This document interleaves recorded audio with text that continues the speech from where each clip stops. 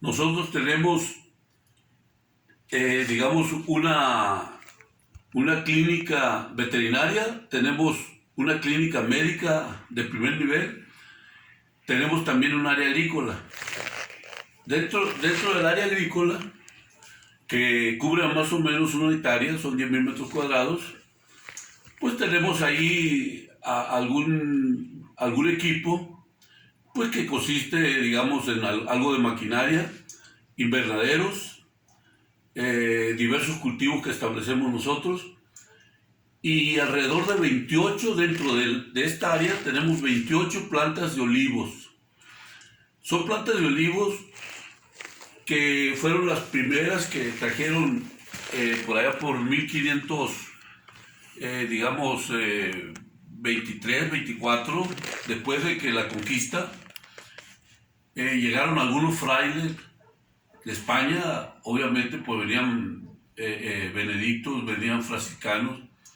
Uno de ellos, de nombre Martín Valencia, Fray Martín de Valencia, trajo de España algunos pies de cría, por llamarlos pies de cría o pie de planta, digámoslo así, de olivares, para establecerlos aquí en América. Y en esta parte del sur del Distrito Federal, dentro de lo que es esta región de la alcaldía Xochimilco, gran parte, que había mucha agua, ahí los estableció. Y ahora, después de 500 años, ahí están estos olivares en pie.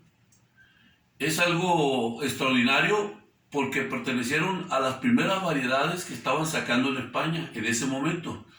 Ya España, para ese entonces, ya era un gran productor de aceite de olivo y de estas plantas. Entonces, Fray Martín de Valencia los estableció en las orillas en donde colindaba los lagos. El briseo que se estaba dando por las mañanas hicieron que esas plantas se fueran adaptando, porque nosotros tenemos un clima, digamos, templado, que es muy similar al que puede haber en España, pero no tiene las características para que se desarrollen este tipo de plantas. Requieren de condiciones más especiales propias allá de España y de otros lugares, de Francia. No en balde, estas regiones son grandes productoras de uva y obviamente tienen también el abolengo de la producción de vinos tintos de gran arraigo. Entonces, con el tiempo, el paso del tiempo, se fueron adaptando y ahorita los tenemos muy grandes, que correspondería quizás en ese entonces a las plantaciones que se estaban desarrollando allá de gran porte. Ahora otras variedades las hay, también en España, pero ya de porte más baja, más fácil de maniobrar, de manejar. Pues aquí los tenemos unas plantaciones enormes, porque ese es, digamos, el material genético que traían en ese entonces las plantas. Y nosotros, ahora que están aquí estas plantas, yo hablo de 28 plantas de olivos que tenemos dentro del predio, pero alrededor de todo lo que es Xochimilco, la región de Tullehualco, inclusive aquí hay calles que se llaman olivares, precisamente retomando ese reconocimiento. Y en esta parte, pues ahí está, es muy reconocido lo que es la Feria del Olivo. Entonces, que ha venido decayendo poco a poco por diversas razones. Ahora resulta que se sigue manteniendo la Feria del Olivo, pero no tenemos producción, tenemos las plantas, ¿sí? Pero ahora, pues tenemos que ir a traer, o los compañeros, los que se dedican a esto, productores de aceite de olivo, de esta región, pues la van a traer a Baja California, a Michoacán o a Tamaulipas, porque se ha dejado un poco el carácter del manejo técnico de estas plantaciones. Partimos nosotros de la idea, y así fue la manifestación que nosotros tuvimos cuando entramos como responsables del predio, de reactivar la economía, porque lo que es la producción del olivo ahora sabemos de las grandes virtudes que tiene, no nada más la aceituna, sino toda la planta en términos medicinales. Y el planteamiento que tuvimos en ese entonces era rescatar estos atributos, pues para ponerlos al servicio de la sociedad y que podamos nosotros también producir una planta y su producción para efecto de mejorar la salud de la gente. ¿Sí? Está demostrado todo eso. Bueno, yo sé que voy a intervenir, creo que no grabó el arranque de esta conversación, pero quiero ahorita en este paréntesis, digamos, presentar un poco más al ingeniero Jesús Manuel Tarín, profesor, ingeniero agrónomo, profesor de la Universidad Autónoma Metropolitana, plantel jugo de naranja, plantel Xochimilco, que estuvo al frente de este proyecto de las ánimas, en donde precisamente se ubican estos olivares impresionantes porque fueron sembrados hacia los años de la conquista, 1500 y tantos, y todavía siguen produciendo aceitunas, ¿no? O sea, están vivos, ¿no? Y yo quisiera que ahorita que termine de hacer la presentación y la justificación de este pequeño video, quisiera que el profesor Tarín, con el que ya en años anteriores hicimos sendas intervenciones en la Universidad de la Costa a propósito del tema de la grana cochinilla y su cultivo en aquella región, que yo la vinculo mucho con toda una serie de vicisitudes históricas de aquella región que no son a veces muy conocidas o son un tanto desdeñadas a pesar de la importancia que tuvieron, inclusive para entender la conquista y la colonización, porque como en algún video dije, pues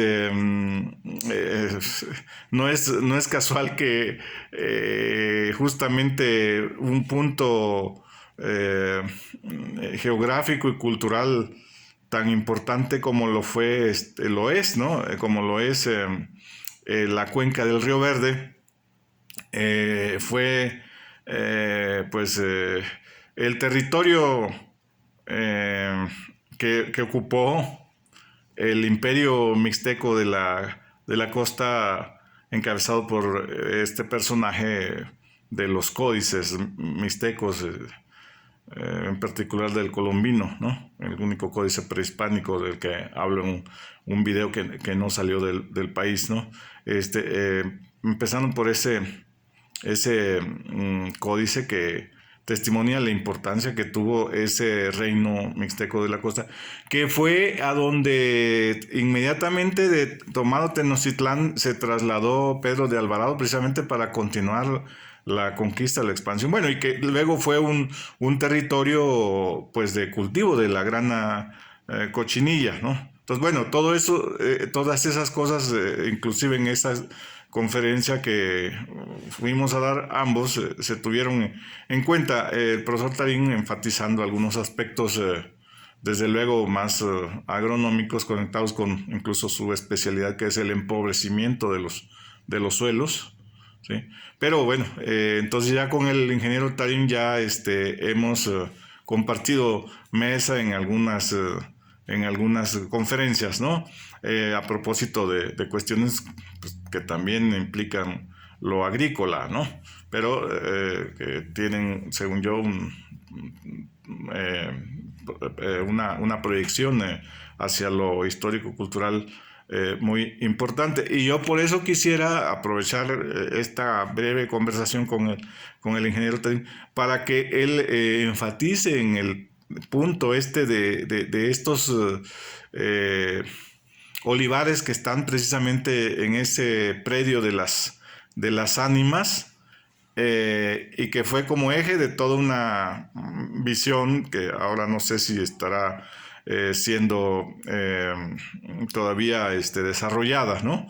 De experimentación agrícola, claro, con la ayuda también de personas de la región muy conocedoras de tradiciones agrícolas, pues propias de la zona lacustre y del área de Xochimilco, Tulyehualco, ¿no?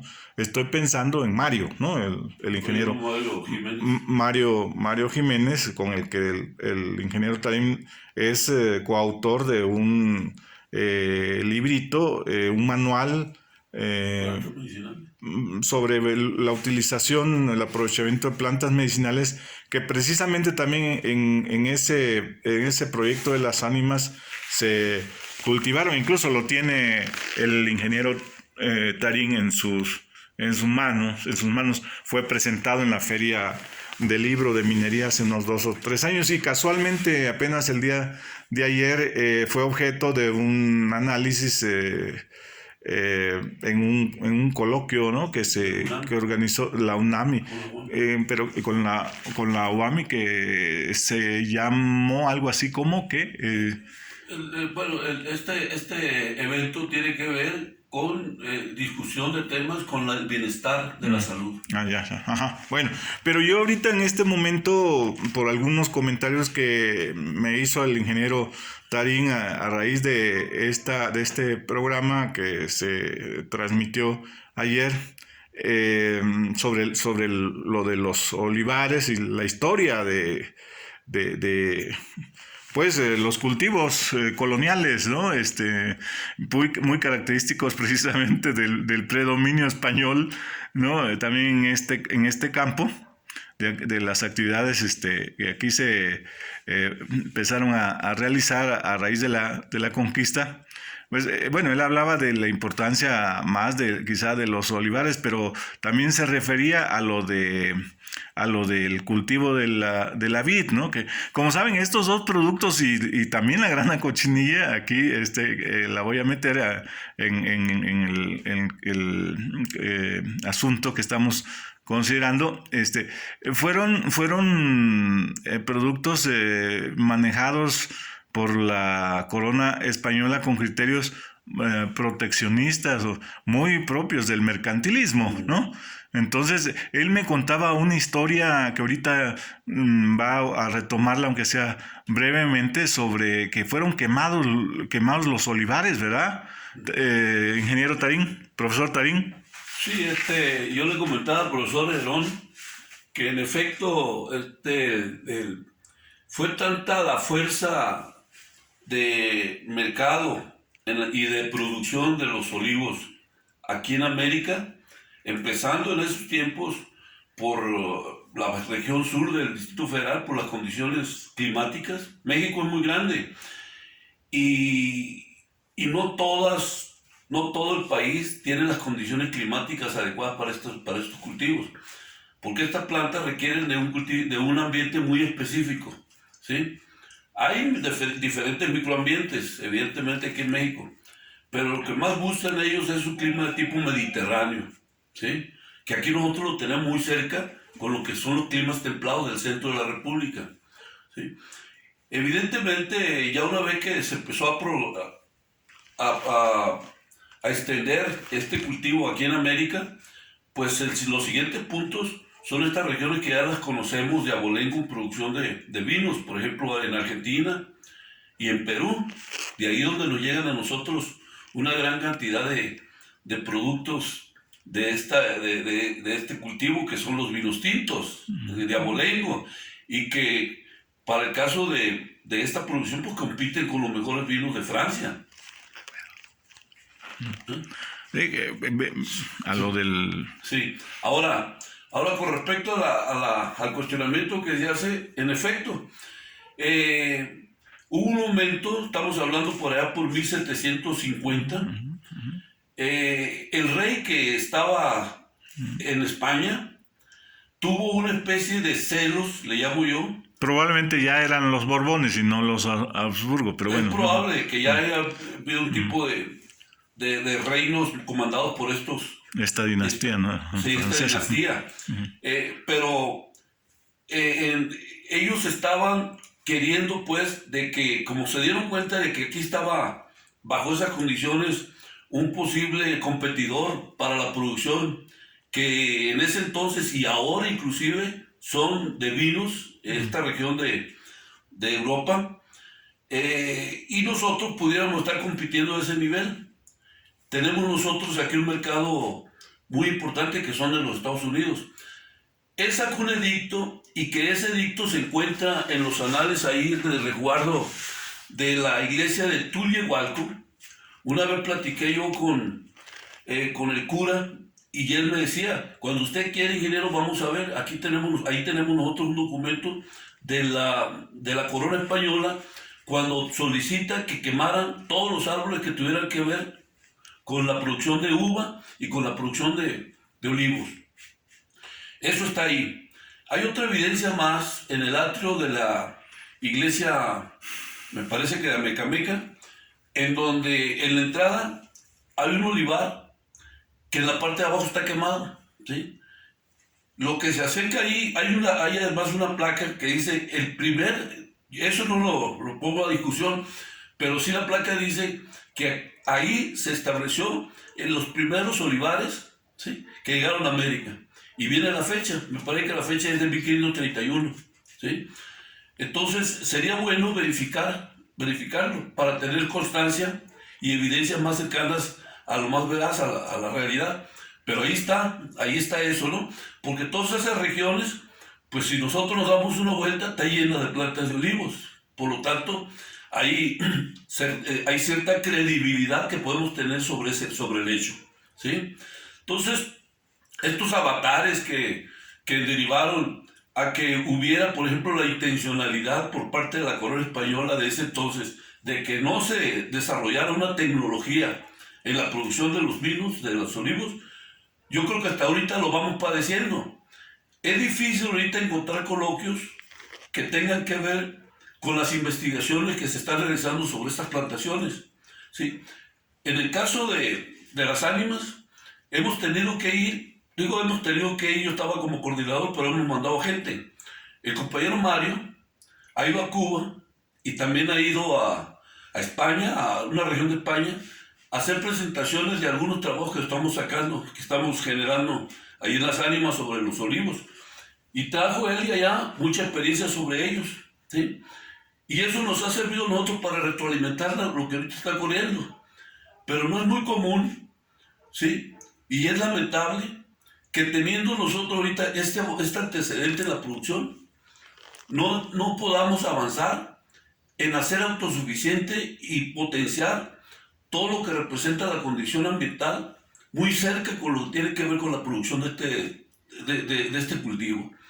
Además, habría que decirlo para las autoridades que utilizar las plantas de olivo, aparte de todo lo que representa en términos culinarios, en términos también medicinales, sería un buen ejercicio para la protección de los suelos, para la cuestión de la erosión, ¿sí?, para retener las manchas urbanas y para desarrollar por esta zona una potencia, y así lo voy a llamar yo, una potencia en términos de producción de los olivos, ¿sí?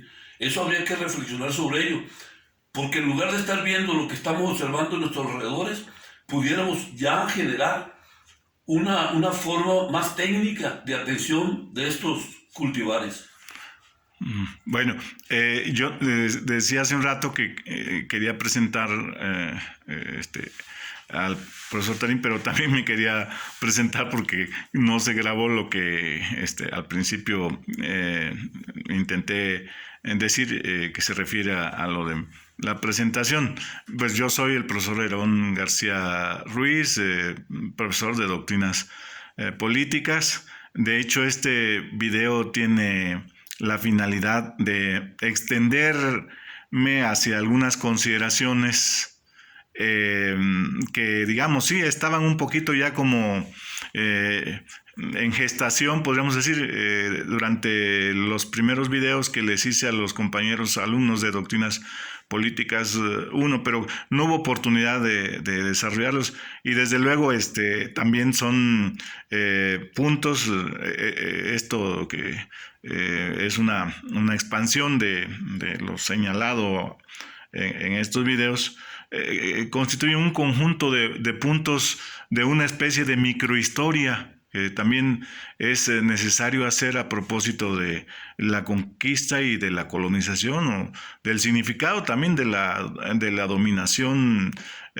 por una potencia emergente en la época en que ocurrió la conquista, como lo era España. Y entonces, bueno, eso en el marco de toda una serie de situaciones a las que ya un poquito me he referido, de carácter geopolítico, que hay que tener en cuenta para entender lo que fue el Renacimiento y la expansión de ese Renacimiento hacia precisamente el descubrimiento mismo de América, y luego de la propia conquista, ¿no? Por parte de no solo de España, sino de Europa, podemos decir, de lo que se llamó Nuevo Mundo primero, las Indias occidentales, después Nueva España, ¿no? Eh, hay toda una temática ahí muy interesante, abierta, desde incluso el propio nombre, la propia denominación, ¿no? Acaba de salir incluso un librito que estoy viendo sobre esto de el nombre de Nueva España, cómo surgió. El autor lo asocia con lo de la famosa idea de O'Gorman, de O'Gorman, ¿no? De la invención de América. Yo creo que no se debe de ver nada más por ese lado, pero bueno, en fin, ese es otro asunto. Entonces, todos estos puntos constituyen lo que yo llamo, pues, una microhistoria, ¿no? Tratan de responder a esa exigencia de una